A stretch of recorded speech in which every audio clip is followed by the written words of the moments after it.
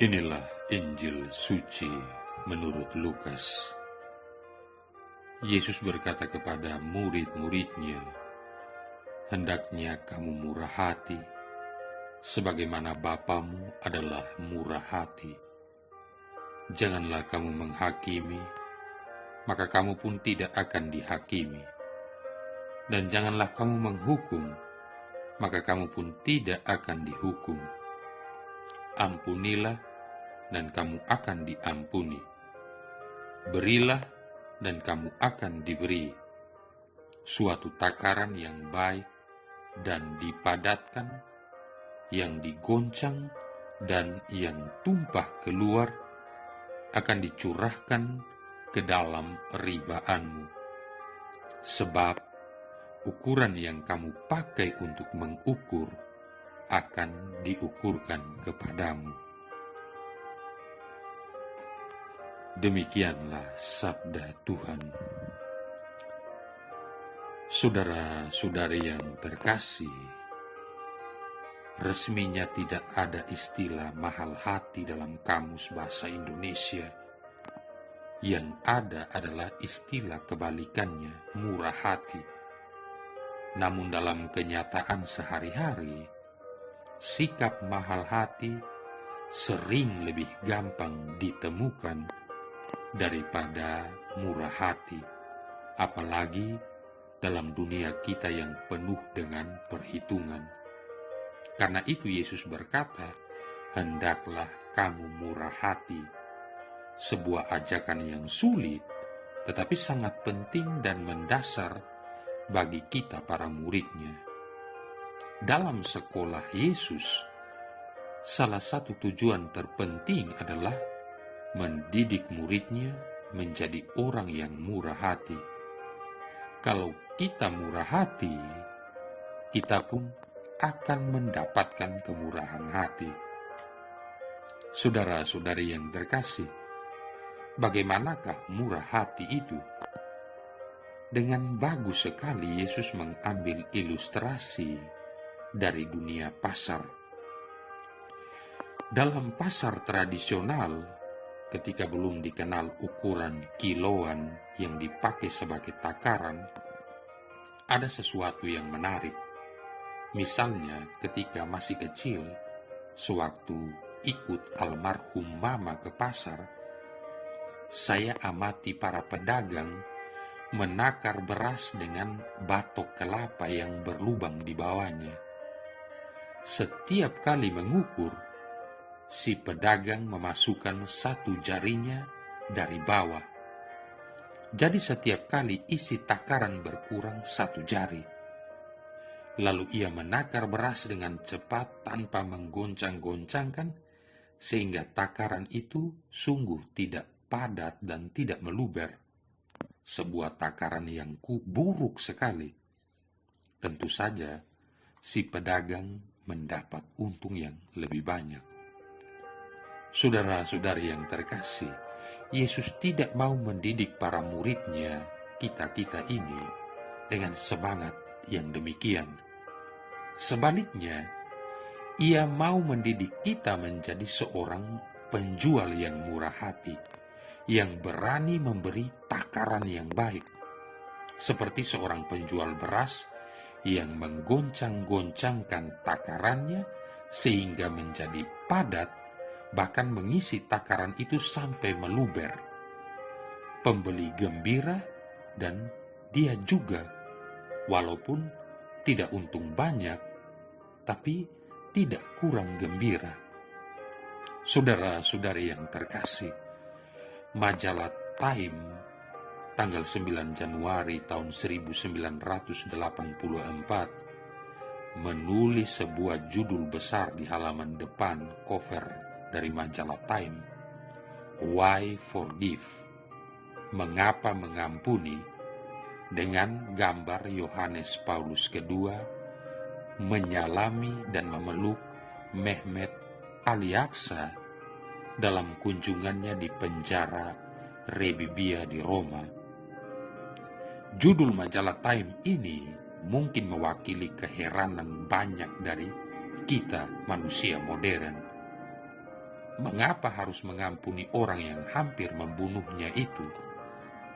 Logika kita mengatakan, kok enak dia, rugi jika kita mengampuninya.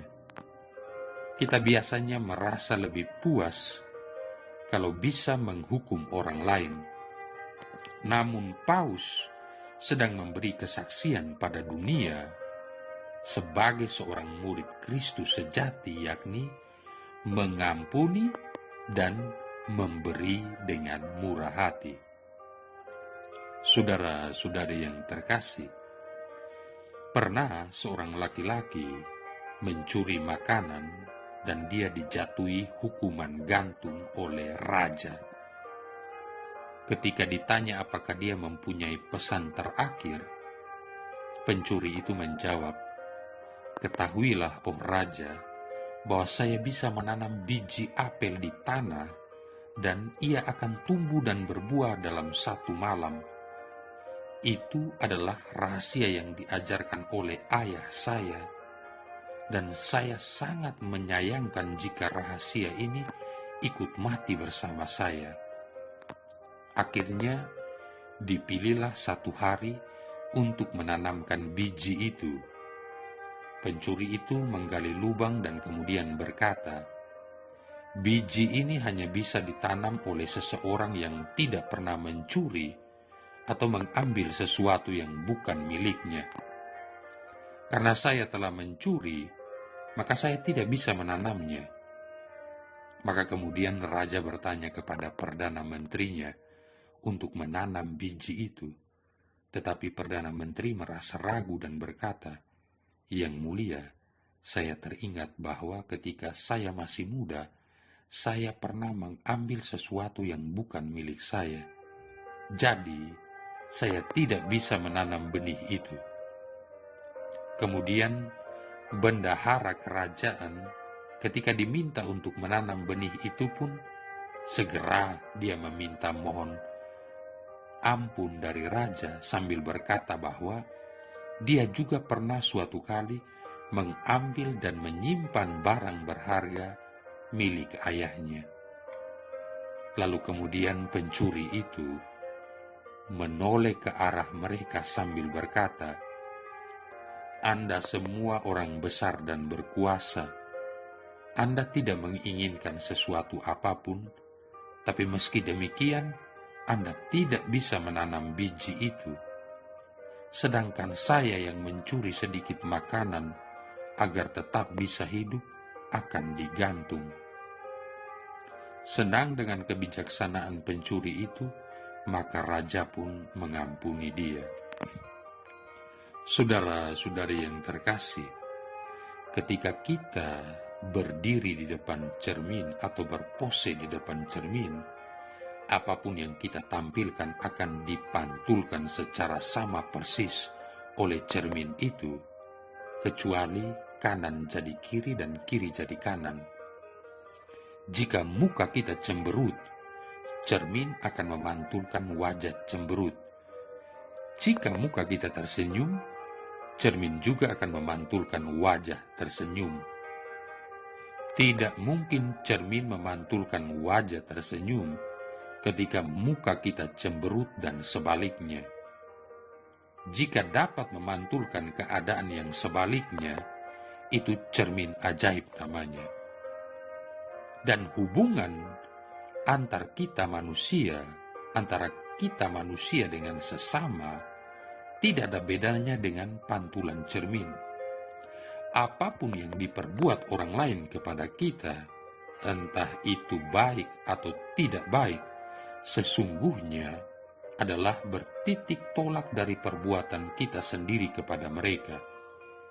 Maka, menjadi pertanyaan untuk kita renungkan, maukah kita orang lain berbuat tidak baik kepada diri kita?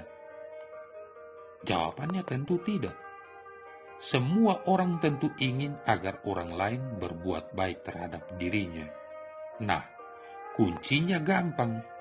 Perbuatlah yang baik, maka niscaya kebaikan juga yang akan kita terima. Bahkan bukan itu saja, apa yang kita perbuat menentukan yang diperbuat orang lain kepada kita. Melainkan apa yang kita perbuat juga menentukan apa yang diperbuat Allah kepada kita. Perbuatan kita kepada orang lain, entah baik atau buruk, menyenangkan atau tidak menyenangkan, itulah yang dipakai oleh Allah sebagai ukuran yang akan diukurkan kepada kita. Jadi di sini, pantulan itu terjadi tidak hanya 2 arah, tetapi 3 arah. Apa yang kita perbuat secara horizontal memantul vertikal, dan dari yang vertikal memantul kepada diri kita. Nah, inginkah kita agar Allah memberikan yang baik kepada kita? Kuncinya sederhana dan gampang. Perbuatlah yang baik kepada sesama, maka niscaya Allah akan memberikan yang baik juga kepada kita. Marilah berdoa. Allah Bapa yang Maha Kudus, Engkau menghendaki kami melakukan mati raga lahiria untuk menyembuhkan batin kami. Bantulah kami melepaskan diri dari segala dosa, agar sanggup menunaikan tugas kebaktian kami kepadamu. Demi Yesus Kristus Putramu Tuhan dan pengantara kami, yang bersama dengan Dikau dan Roh Kudus hidup dan berkuasa, satu Allah sepanjang segala masa. Tuhan memberkati kita sekalian, Bapa, Putra, dan Roh Kudus.